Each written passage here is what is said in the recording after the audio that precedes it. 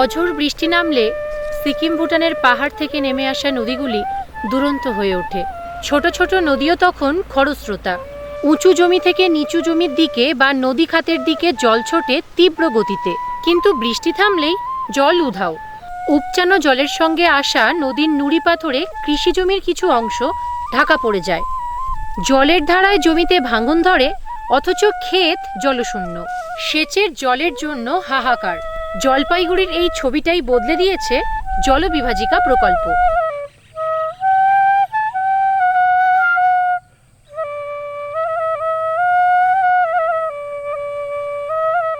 জলপাইগুড়ি রাজবংশী, রাভা, মেচ, গোর্খা, সাঁওতাল, মুন্ডা, উরাও ইত্যাদি জনগোষ্ঠী অধ্যুষিত জেলা।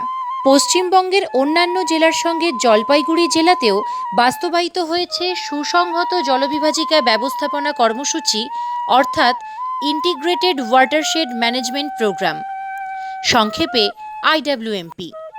সেই IWMPর ব্যাচ 3 এর কাজ দেখতে আমরা এসেছি জলপাইগুড়ি জেলায়। শুনলাম জলবিভাজিকা এলাকার জলাধারে জমা হচ্ছে বৃষ্টির জল। আলবাঁধ দেওয়ায় বজায় থাকছে মাটির আর্দ্রতা, কুয়ো যোগাচ্ছে সেচের জল। পাকা নালায় বন্ধ হয়েছে সেচের জলের অপচয়। চেক ড্যাম ও বাঁশের পাইলিংয়ে আটকাচ্ছে ভূমিক্ষয়। বদলে গেছে জলপাইগুড়ির জলবিভাজিকা এলাকার ছবি। জলপাইগুড়ি জেলায় কৃষি ও পরিবেশের সঙ্গে জনজীবনে এসেছে পরিবর্তন। সার্বিক উন্নতির পথে এগোচ্ছে জলবিভাজিকা এলাকা। আসুন দেখে নিই কিছু তথ্য।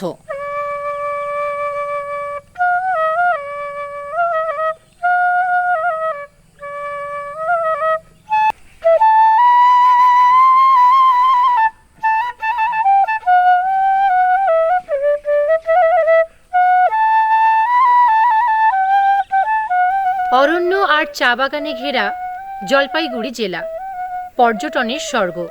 আছে বিস্তীর্ণ কৃষি জমি। এখানে বার্ষিক গড় বৃষ্টিপাত প্রায় ৩,৫০০ মিলিমিটার। কিন্তু বৃষ্টির জল ধরার পর্যাপ্ত উপায় ছিল না। বৃষ্টির জল বয়ে চলে যেত, অপব্যয় হতো।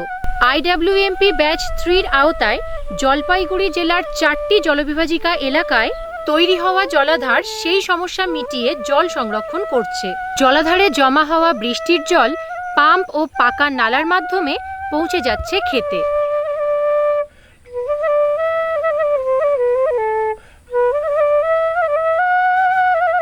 हमनी के यहाँ पानी मिलेल, मछली के चाष होल, बीन्स रोपिल, दाल, धान, कर बाद में तो रह गया बांधा गोभी, आलू और कुछ है से चीज़ अलग समय समय में होएला। मछली तो हमेशा होते रहेला, रुई, कतला, मिर्गा ये सब होते रहेला।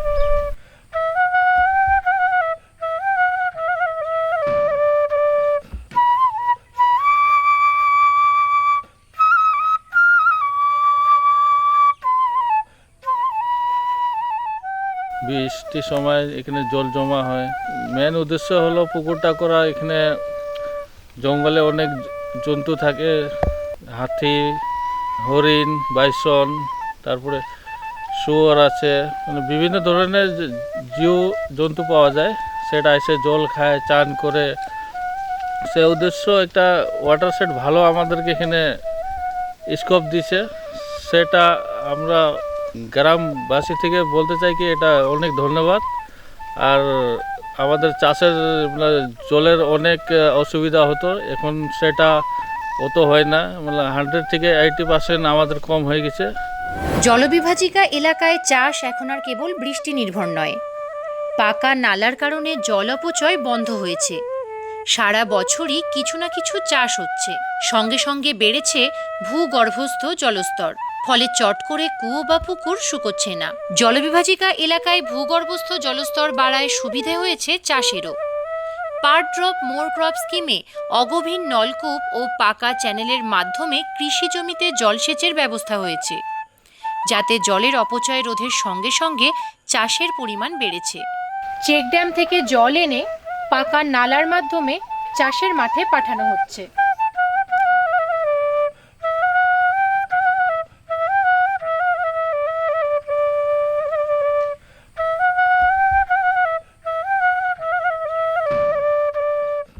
যখন এই পাকা নালা ছিল না তখন জল দেওয়ার কি অসুবিধে ছিল আর এখন কি সুবিধা হয়েছে? যখন পাকা নালা ছিল না তখন প্রায় 150 একর জমি পুরোটাই গোচারণ ভূমি ছিল এবং 150 একর জমি এখানে গোচারণ ভূমিকে আলবাত, সেখানে কোথাও আবার ডাগওয়েল, সঙ্গে তোমার গাইডবাত এবং এই পাকা চ্যানেল করার পরে পুরোপুরি 150 বিঘা কন্টিনিউ এখন চাষাবাদ হচ্ছে এবং সেখানে খারিফ থেকে সব রকম সময়ে চাষাবাদ হচ্ছে এবং রবি ফসলটা খুব ভালো হচ্ছে ইদানিং। পটল, ঝিঙে থেকে শুরু করে ফুলকপি, বাঁধাকপি, টমেটো, এভরিথিং যত কিছু হয় এবং সবচেয়ে বড় জিনিস সেখানে মিনিমাম 32টা পরিবারের একদম রুজি হচ্ছে। আমাদের এখানে 400 মিটার যে আরকেডব্লিউ থেকে যে করছে এই পাকা নালাটা, এতে আমরা ভালোই উপকৃত হয়েছি। ওই যে পিছন দিকে সাইডটা কোনো প্রকারেই জল সেচ দেওয়া যেত না, তাতে আমরা রবি ফসল এবং কিছু কিছু জায়গায় ধানও হয়, বিভিন্ন ফসল হয়, তাতে জলসেচ করাটা খুবই শক্ত ব্যাপার ছিল এবং সে জলসেচ না করার জন্য কোনো ফসলই হতো না, মাঠ হয়ে পড়ে থাকতো। রবি চাষের মধ্যে টমেটোটাই এখানে মেন, টমেটোটা বেশ প্রচুর পরিমাণে করা হয়, তার মধ্যে অন্যান্য শাকসবজি অল্প কিছু আলু করা হয়।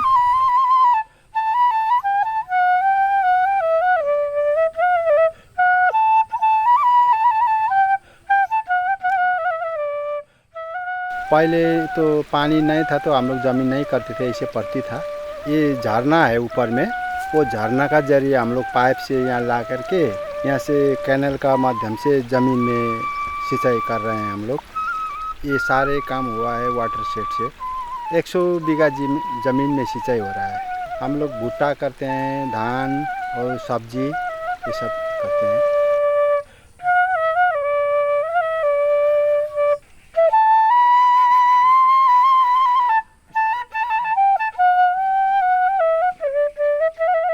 এখান থেকে মানে মূর্তি দিয়ে আসতেছে জলটা, মূর্তি পরে আমাদের এখানে মানে বর্ষাকালে মানে অনেক সুবিধা হয়েছে আমাদের। যে বাড়ির দিকে মানে জল উঠে না, যে খেতি ধানের দিকে জল ক্ষতি করে না, মানে জল নেমেও যায় আর জল প্রয়োজন পড়ে আসে।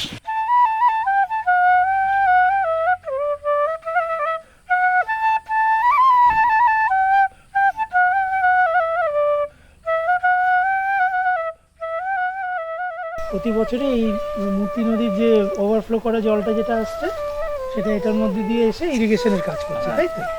আচ্ছা, তো ইরিগেশনের কাজে এখানে মোটামুটি কতটা জমি কভার হয়? কভার তো সব হয়ে যাবে ওখান থেকে, মানে কতগুলো? 16টা ঘর আছে এখানে। 16টা ঘর আছে, মানে 16 হেক্টর জমি, 7.5 বিঘা করে 16 হেক্টর জমিতে এটা কাজ হয়। আর মোটামুটি ফসল হয় এখানে কি হয়? ধান হয়, গম, ভুট্টা হয়, সর্ষে হয়, আর ওদিকে আলু, পেঁয়াজ, রসুন এগুলো সব চাষ হয়। তাহলে এই নালাটা হওয়াতে এখানে যথেষ্ট উপকার হচ্ছে এবং প্রতি বছর এই শীতকালের ফসলটা খুব সুন্দরভাবে করা যাচ্ছে। এই মূর্তি নদীর পাশ দিয়েই একটা নালার মতো চলে গেছে, যেটা হচ্ছে কাঁচা নালা।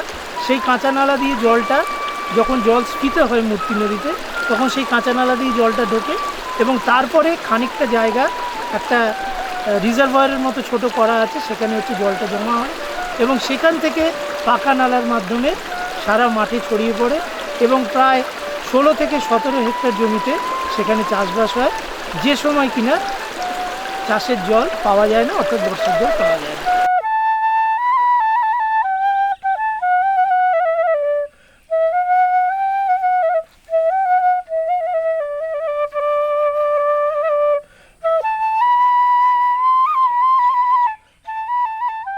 মোড়াঘাট অরণ্যের মধ্যে দিয়ে প্রবাহিত শিলটং নদী, সেই নদীর ওপরে সাঞ্চুর বাঁধ। সেই বাঁধের সাহায্যে জলকে ঘুরিয়ে দেওয়া হয়েছে গোসাইহাট গ্রামের দিকে। সেই নালায় কংক্রিটের দেওয়াল দেওয়া হয়েছে জলবিভাজিকা প্রকল্পে। উদ্দেশ্য ভূমিক্ষয় ঠেকানো ও জলকে সুরক্ষিতভাবে খেতে নিয়ে যাওয়া, যাতে জলের অপচয় না হয়। ডুয়ার্সে রয়েছে সিকিম, ভুটান, হিমালয় থেকে নেমে আসা অজস্র পাহাড়ি নদী। রয়েছে অসংখ্য ছোট নদী নালাও, কিন্তু পাহাড়ি নদী তাই সব সময় পর্যাপ্ত জল থাকে না। ফলে এই সব নদীর জল কয়েকটি জায়গা ছাড়া সেচের কাজে আসে না, উল্টে ব্যাপক ক্ষতি করে। ভাঙনের শিকার হয় জমি। বর্ষায় জলের ঢল নামে। সেই বন্যার জল প্লাবিত করে কৃষিজমি। অল্প সময়ে জল নেমে গেলেও নদীর পাথর ও বালির দখলে চলে যায় জমি। এই অবস্থায় ভাঙন রুখতে জলবিভাজিকা প্রকল্পে তৈরি হয়েছে পাথর বা সিমেন্টের গার্ডওয়াল। ফলে বেঁচে গেছে জঙ্গল ও কৃষিজমি।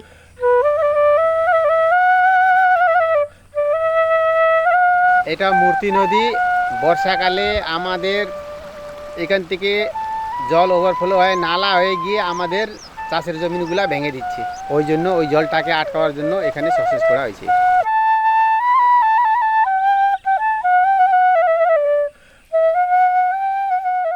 জলপাইগুড়ি জেলায় জলবিভাজিকা প্রকল্পে জমি সমান করে তাতে এই আলবাত তৈরি করা হয়েছে। ফলে জমির আর্দ্রতা বজায় থাকছে। জলবিভাজিকা প্রকল্পে পাহাড়ি নালার স্রোত ও বৃষ্টির জল থেকে হওয়া ভূমিক্ষয় রোধ করতে কোথাও কোথাও বাঁশ ও পাথরের বাঁধ দেওয়া হয়েছে।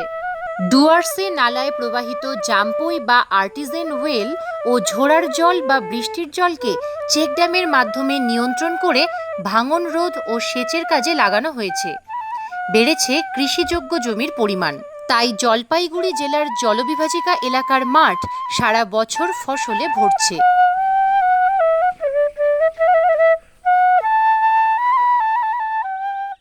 আচ্ছা তরণীবাবু, এই যে জলবিভাজিকা থেকে চেক ড্যামটা তৈরি হয়েছে, এটা কেন তৈরি হয়েছে আর এতে কি লাভ হয়েছে? এখানে ওরা প্রতি বছরে এই জঙ্গল টঙ্গল দিয়ে বাদ দিয়ে এই যে ক্যানেলটা দেখতেছেন না, এই ক্যানেলটা জল দিয়ে এগুলো নাবাদ করে। তো এখন এইটাতে দেওয়ার ফলে ওদের মানে সুলভে আর কি জলটা নিয়ে ওরা কৃষিকাজ করতে পারতেছে। আগের সমস্যা ছিল জল তোলা যেত না, এখানে মাটি দিয়ে বাঁধ দেওয়া হতো, হ্যাঁ, বারবার ভেঙে যেত। যে স্কিমের কাজটা আমরা চেকড্যামটা পেয়েছি, এতে এই এলাকার অনেক কৃষক উপকৃত হয়েছে। এখন 12 মাস যখন খুশি জল তুলে নেওয়া যায়, যে কোনো সবজি ক্ষেত, যে কোনো ক্ষেত করতে সুবিধা পায়। এখানে ধানের মৌসুমে ধান হয়, তাছাড়া আর অনেক ধরনের রবি শস্য উৎপন্ন হয় আর কি। যেমন আলু চাষ হয়, এবার বিম হয়, মটরশুঁটি হয়, বেগুন চাষ হয়, এইরকম অনেক ধরনের রবি শস্য চাষ হয় আর কি।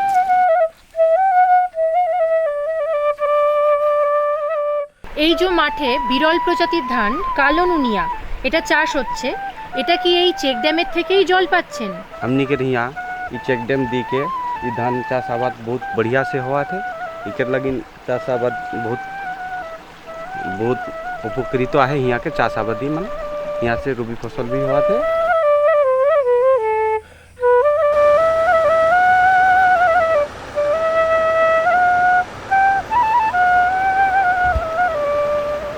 এই যে মরাঘাটের ঘন জঙ্গল, এর মধ্যে জলবিভাজিকার এই চেক ড্যাম কেন তৈরি করা হয়েছে? এটা হচ্ছে মরাঘাট রেঞ্জের, এটা হচ্ছে পাতিনালা। এই পাতিনালাটা আমাদের এই চেক ড্যামটা করার উদ্দেশ্য হচ্ছে গ্রামের মধ্যে যে আমাদের কৃষিকাজের জন্য 3টি গ্রাম আছে, এই চেক ড্যামের মাধ্যমে 3টা গ্রামই আমাদের যারা ফরেস্ট ভিলেজার আছে তারা এই কৃষিকাজের জন্য এই চেক ড্যামটা আমাদের তৈরি করা। এর জন্য 3টা গ্রাম আমাদের কৃষিকাজের জন্য অনেক উন্নত হয়েছে। আগামীতে আরও ভালো হবে। তারা যে জলের পরিষেবাটা পেয়েছে তার জন্য আগামীতে আরও খুব ভালো ফসল হবে। ডুয়ার্সের কৃষিচিত্রে উল্লেখযোগ্য বদল এনেছে জলবিভাজিকা প্রকল্প। ডুয়ার্স বিখ্যাত হাতির জন্য। গরুমারা, চাপড়ামারি সহ নানা জঙ্গল হাতির ঠিকানা। জঙ্গলে খাদ্যের অভাব হওয়ায় ও তাদের যাতায়াতের পথে কৃষি জমি তৈরি হওয়ায় সেই সব হাতি ফসলের সময় ক্ষেত খামারে হামলা চালায়, ফসল খেয়ে যায়, নষ্ট করে। জলবিভাজিকা প্রকল্পে ফসল পাহারা দেওয়ার জন্য টংঘর তৈরি হয়েছিল জঙ্গল লাগোয়া ও হাতি অধ্যুষিত এলাকায়। সেখানে বসে পাহারা দিয়ে হাতির হামলা থেকে ফসল রক্ষা করছেন চাষিরা। সুসংহত জলবিভাজিকা ব্যবস্থাপনা কর্মসূচিতে বিতরিত হয়েছিল উন্নত কৃষি যন্ত্রপাতি। সুসংহত জলবিভাজিকা ব্যবস্থাপনা কর্মসূচির দৌলতে চিরাচরিত ধান ও সবজির সঙ্গে সঙ্গে পাল্লা দিয়ে জলপাইগুড়ি জেলায় বেড়েছে ভুট্টার চাষও। ডুয়ার্সের জলবিভাজিকা এলাকা ভুট্টা উৎপাদনে টেক্কা দিচ্ছে বিহার ও উত্তরপ্রদেশকেও। পাহাড়ের সবজি হিসেবে পরিচিত স্কোয়াশ বা ইস্কুশ এখন ডুয়ার্সের মাঠেও ফলছে। সুসংহত জলবিভাজিকা ব্যবস্থাপনা কর্মসূচির ব্যাচ 3 থেকে গঠিত হয়েছিল মহিলাদের স্বনির্ভর গোষ্ঠী, যা তাদের স্বনির্ভর হওয়ার পথ দেখিয়েছে। স্বনির্ভর গোষ্ঠী থেকে ঋণ নিয়ে কেউ গরু, ছাগল, মুরগি পালন করেছে। প্রোডাকশন সাপোর্ট সিস্টেমেও পশুপালনে সহায়তা দেওয়া হয়েছে, ফলে জলবিভাজিকা এলাকার পশু সম্পদ বেড়েছে। আমরা এসেছি ঝাড় আলতা 2 মাইক্রো ওয়াটার শেডের খট্টিমারি গ্রামে। সেখানে আমরা বসে আছি এখন মা পার্বতী এবং আনন্দময়ী স্বনির্ভর গোষ্ঠীর সদস্যদের সঙ্গে। আচ্ছা দিদি, এই IWMP থেকে স্বনির্ভর গোষ্ঠী করে আপনাদের কি লাভ হলো? আমি প্রথমে একটা 5,000 টাকা দিয়ে একটা গাভী কিনছি, তখন ওটা পরিশোধ। তারপরে আমার ট্রেনিং ছিল সেলাই ট্রেনিং থেকে 10,000 টাকা লোন নিয়ে আমি একটা সেলাই মেশিন কিনছি আর কি। এখনও আছে মেশিনটা, ওইখান থেকে আমার উন্নত। আর এখনও তো নেই আছে, অল্প কিছু আছে, তো এটা আমি কৃষিকাজে ব্যবহারই আর কি করতেছি।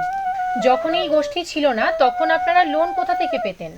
প্রথমে মানে গোষ্ঠী হওয়ার আগেই আমরা মানুষের কাছ থেকে কিছু টাকা আগে সুদে নিয়েছি।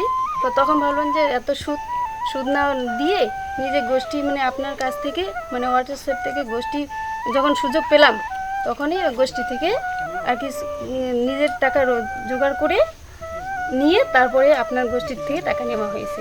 আচ্ছা, কৃষিকাজ ছাড়া এই গ্রুপ থেকে লোন নিয়ে আর কি কি কাজ করেছেন?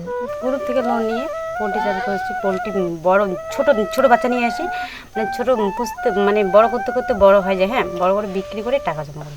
এই যে এই লাভটা হয়েছে আপনাদের, এই লাভের টাকা দিয়ে আপনারা কি করেছেন? 1 কেজি দুধের দাম 40 টাকা আমার এখানে, আমার গ্রামে।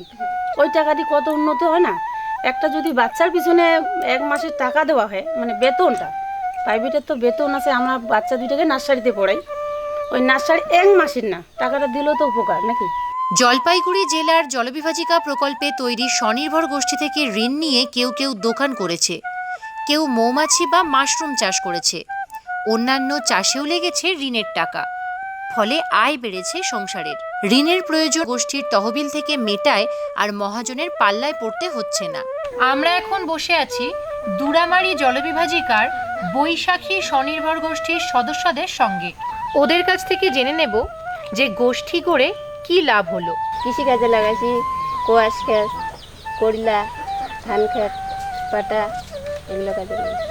এই গোষ্ঠীগুলো যখন ছিল না তখন আপনারা কোথা থেকে এই টাকা পেতেন? তখন টাকা কোথায় পেয়েছি? তখন তো লোন নিয়েছি, যে উজ্জীবন বন্ধন, তার থেকে টাকা নিয়ে কৃষিকাজ করছি। তো এখন এই গোষ্ঠী হওয়াতে কি সুবিধা হচ্ছে? মানে বন্ধনের চাইতে এইটাতে কি সুবিধা হচ্ছে? বন্ধনের চেয়ে তো এটা সুদ কম, এটা 2 টাকা। হ্যাঁ, বন্ধনাতে বেশি পড়ে। জলবিভাজিকা প্রকল্পে তৈরি স্বনির্ভর গোষ্ঠীতে যুক্ত হওয়ায় মহিলাদের হাতে টাকা আসছে। ছেলে মেয়েদের পড়াশোনার পিছনে প্রয়োজন মতো টাকা খরচা করতে পারছেন তারা।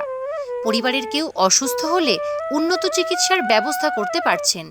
আমরা এসেছি চাপদামারি অভয়ারণ্যের লাগোয়া শিবচু গ্রামে। দেখা হলো প্রগতি স্বনির্ভর গোষ্ঠীর সদস্যদের সঙ্গে। এই স্বনির্ভর গোষ্ঠী তৈরি হয়েছিল চাপড়ামারি জলবিভাজিকা প্রকল্প থেকে। আসুন ওদের অভিজ্ঞতা শুনি। আচ্ছা, আপনারা গোষ্ঠী থেকে লোন নিয়ে কি কি কাজ করেছেন?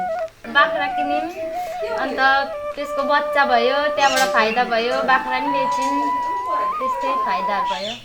জলপাইগুড়ি জেলা অর্থাৎ ডুয়ার্সের কিছু অংশকে সুস্থায়ী ও সার্বিক উন্নতির পথে নিয়ে গেছে সুসংহত জলবিভাজিকা ব্যবস্থাপনা কর্মসূচি। জোয়ার এসেছে কৃষি উৎপাদনে, বেড়েছে পশুধন, সংরক্ষিত হয়েছে জল, গাছপালা, লতাগুল্ম সহ নানা প্রাকৃতিক সম্পদ। হয়েছে তার সমন্বিত ব্যবহার। মানুষের মুখে ফুটছে হাসি।